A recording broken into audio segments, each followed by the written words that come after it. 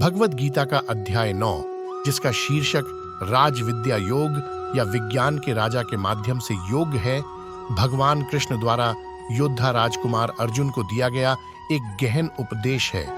यह अध्याय परमात्मा की प्रकृति की पड़ताल करता है और प्राप्ति और आध्यात्मिक ज्ञान का मार्ग दर्शाता है। सर्वोच्च ज्ञान। कृष्ण यह समझाते हुए शुरू करते हैं कि वह जो ज्ञान प्रदान करने जा रहे हैं वह सभी विज्ञानों का राजा है और ज्ञान का सबसे शुद्ध रूप है। यह ज्ञान प्रत्यक्ष है, अभ्यास में आसान है, अविनाशी है और आत्म साक्षात्कार की ओर ले जाता है। अज्ञानी और बुद्धिमान, उन्हें अफसोस है कि जिन लोगों को इस ज्ञान में विश्वास की कमी है वे भौतिक दुनिया से अंधे हो गए हैं, वे अज्ञानी हैं और अपनी पूर्ण आध्यात्मिक क्षमता तक पहुंचने के बिना जीने के लिए नियत हैं। दूसरी ओर जिनके पास यह ज्ञान है वे सभी प्राणियों में दिव्यता देखते हैं और शुद्ध हृदय से भगवान की सेवा करते हैं। भक्ति का मार्ग। कृष्ण कहते हैं कि जो लोग निरंतर अटूट भक्ति के साथ उनकी पूजा करते हैं वे हमेशा उनके द्वारा संरक्षित होते हैं। उन्होंने अर्जुन को आश्वासन दिया कि उनके भक्तों को जो कुछ भी चाहिए योग, वह उसका ध्यान रखते हैं और जो कुछ उनके पास है क्षेम, उसे संरक्षित करते हैं। भगवान का ब्रह्मांडीय रूप। कृष्ण हर जगह मौजूद परमात्मा की अवधारणा का परिचय देते हैं।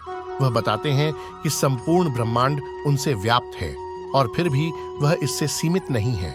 वह पालनकर्ता और संहारक, आदि, मध्य और अंत है। अस्तित्व का चक्र।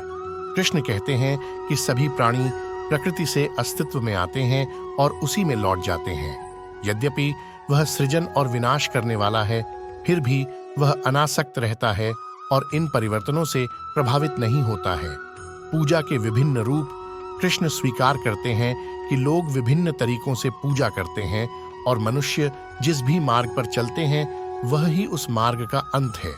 इसके बावजूद लोग प्रकृति के गुणों से भ्रमित रहते हैं और उसके वास्तविक स्वरूप को समझने में असफल रहते हैं। सर्वोच्च बलिदान।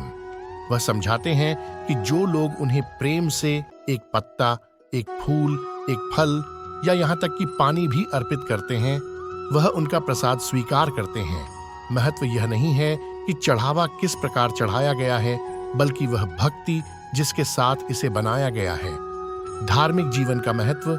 कृष्ण किसी को समर्पण के रूप में आसक्ति के बिना अपना कर्तव्य निभाने के महत्व पर जोर देते हैं। ऐसे व्यक्ति कर्म बंधनों से मुक्त होकर शांति पाते हैं। मुक्ति का मार्ग।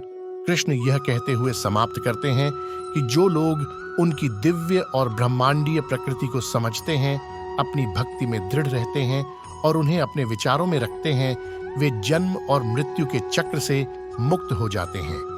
वे शाश्वत शांति प्राप्त करते हैं और उनके दिव्य निवास तक पहुंचते हैं। संक्षेप में भगवद गीता का अध्याय 9 आध्यात्मिकता के केंद्रीय विषय, परमात्मा की प्राप्ति और उसे प्राप्त करने का मार्ग को समाहित करता है। यह अविचल भक्ति और धार्मिक जीवन, धर्म की शक्ति पर जोर देता है।